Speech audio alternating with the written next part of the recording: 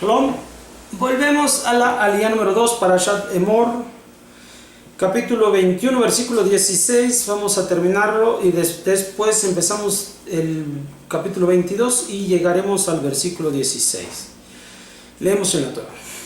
Habla Adonai a Moshe diciendo, habla a Aarón diciendo: un hombre de tu descendencia en todas sus generaciones, que hubiere en él un defecto, no se acercará para acercar la ofrenda a Elohim, porque cualquier hombre que hubiere en él un defecto no ofrendará. Un hombre ciego o cojo o chato o desproporcionado, o un hombre que haya en él un pie quebrado o una mano quebrada, o cejijunto o con cataratas o nube en un ojo, o sarna seca o sarna húmeda o testículo aplastado, todo hombre que hubiere en él un defecto de la descendencia de Aarón, Jacohen, no se acercará para ofrendar ofrenda ígnea a Adonai. Un defecto hay en él, la ofrenda a Elohim, él no se acercará para ofrendar. De la ofrenda de Elohim, de los Kodesh HaKodashim, de los Kodesh podrá comer, pero al velo no traspasará, el altar no se acercará, porque un defecto hay en él, y no profanará mi santuario, porque Ani Adonai que los consagro. Habló Adonai a Aarón y a los Bené, y a sus hijos y a todo Bené Israel. Habló Adonai a Moshe diciendo: habla a Aarón y a sus hijos para que se abstengan, estando impuros de las ofrendas Kodashim de los Bené Israel, para que no profanen mi nombre sagrado que ellos consagran para mí, Ani Adonai. Di a ellos, en todas vuestras generaciones, cualquier hombre que se acercase de toda vuestra descendencia a las ofrendas sagradas que consagren los Bené Israel para Adonai, con su impureza sobre él, se cortará esa alma de delante de mí, Ani Adonai. Cualquier hombre de la descendencia de Aarón que él tuviera con zarat o flujo, Kodesh Kodashim no comerá hasta que se haya purificado, y quien tocare a cualquiera que estuviera impuro por causa de un muerto, o un hombre que saliere de él por unción, o un hombre que tocare a cualquier reptil con el cual se impurifica, o a una persona que se impurificará por él, por cualquier tipo de impureza que tuviera él, la persona que tocare a él quedará impuro hasta el anochecer, y no comerá de las ofrendas sagradas, sino cuando lavare su cuerpo en agua. Cuando se pusiere el sol se purificará, luego podrá comer de las ofrendas sagradas, porque su alimento es eso. Un cadáver o un desgarrado no comerá, impurificándose con esto, Ani Adonai, cuidarán mi mandamiento, para que no carguen por eso un pecado y mueran por él por haberlo profanado, Ani Adonai que lo santifica. Todo extraño no comerá de lo sagrado, un residente de un Cohen o un asalariado no comerá de lo sagrado. Pero un Cohen que adquiere un hombre comprado con su plata, este comerá de aquello. También el nacido de su casa, ellos comerán de su alimento, del Cohen. La hija de un Cohen que fuere para un hombre ajeno, ella de la ofrenda de las cosas que Kedoshim no comerá. Pero la hija de un Cohen que fuera viuda divorciada, que no tuviera descendencia y volviera a la casa de su padre como en su juventud, del alimento de su padre comerá. Pero todo ajeno no comerá de eso. Un hombre que comiere algo sagrado por error, añadirá una quinta parte sobre esto, y le entregará el Cohen con lo sagrado. No profanarán las cosas sagradas de los Bené Israel, que ellos elevan para Adonai, cargando ellos un pecado de culpa al comer las cosas sagradas, porque Ani Adonai las santifico. Las santifico. Muy bien. Segunda aliyá, continuamos con el tema de los Kohanim, de la Kehuna. En primer lugar, se va a hablar acerca de aquellos hombres que no tienen el acceso al servicio, al servicio a Adonai, propiamente en el Mishkan, por algún defecto físico, pero sí tienen derecho a poder ingerir de los alimentos consagrados, es decir, de aquella parte que les corresponde a la Kehuna de comer de lo que sobra del servicio hecho a Hashem. Ya hemos hablado acerca de qué tipo de korbanot permiten, entre ellos está el shelamim. Ahora, ellos pueden disfrutar, pero no trabajan. No trabajan, pero disfrutan. Y no trabajan por el defecto. Ahora, no, este defecto les impide a ellos realizar de forma eficiente el trabajo. Y aparte, ya tienen una falla física. Akadosh Baruj Hu da las fallas físicas en el cuerpo. Entonces, Akadosh Baruj Hu ha destinado que tales personas no trabajen.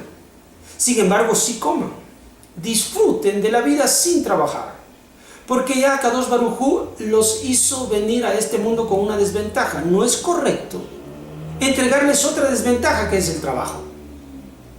En cambio, para la que está entera, íntegra, que tiene todas las partes funcionando de su cuerpo, esta sí deberá servir y entonces podrá disfrutar de sus alimentos.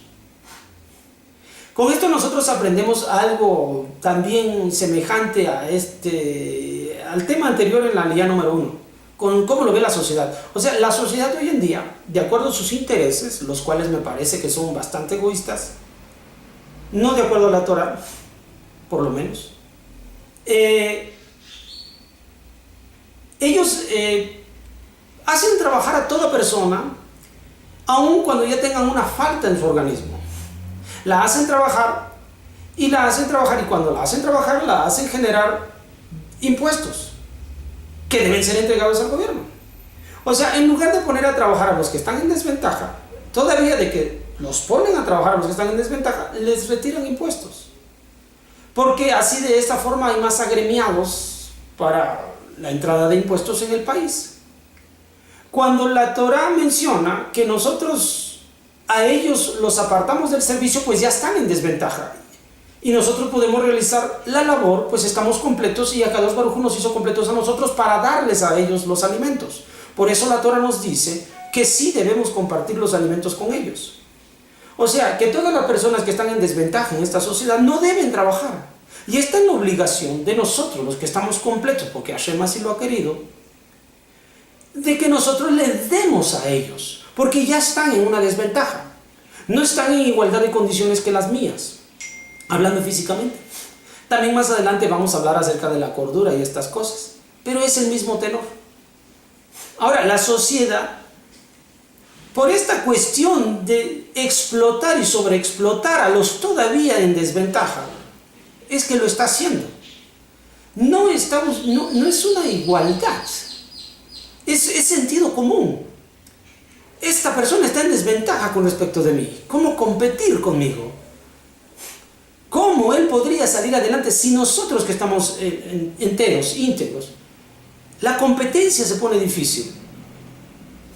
Y no queremos hacer conciencia en el pueblo de que nosotros estamos en la responsabilidad de alimentar a estas personas que están en desventaja. Todo lo contrario, que también entren a la competencia, que también se esfuercen y alejan de nosotros esta conciencia de poder ayudarlos. Ahora, esto lo legislan de esta forma, o por lo menos moralmente lo hacen saber a los demás para evitar sostenerlos. La obligación nuestra, la obligación del gobierno es sostener a estas personas que están en desventaja. Pero como ellos prefieren enriquecerse de estos impuestos, incluso a ellos mismos los ponen a trabajar. Esto es otra situación que choca, francamente, entre los conceptos sociales y los conceptos de la Torah. Ahora, otra vez, allá los endulzan. En la sociedad lo endulzan, lo mueven, de tal manera que dicen que hay derecho en hacer esto. Así que debemos tener presente lo que nos quiere decir la Torah. Ahora, vamos a ver que también va a impedir el servicio de las personas que están en contaminación ritual o impuros. Estos sí no tienen acceso al alimento. ¿Por qué? Porque ellos están perfectos. O sea, ellos están íntegros, pero cometieron un error espiritual. Entonces, por este error espiritual, por esta transgresión que ellos cometieron, no tienen derecho al sustento, porque no cuidaron lo que deben cuidar, no respetaron la santidad, entonces se corrompieron, se impurificaron, y por eso no tienen derecho a lo puro o a lo sagrado, a lo que baja del altar y que sobra del altar, sino hasta que puedan realizar un rito de purificación. Es decir, sí tienen derecho, pero no mientras estén impuros. Llegará el momento de purificación y entonces podrán tener derecho otra vez a los alimentos. Ahora, vamos a ver entonces que nosotros, de alguna forma, sí restringimos, pero a aquel no creemos, sino que a aquel que está en forma íntegra, físicamente, para poder realizar cualquier labor, y en lugar de ello se distrae y se contamina, entonces él no tiene derecho.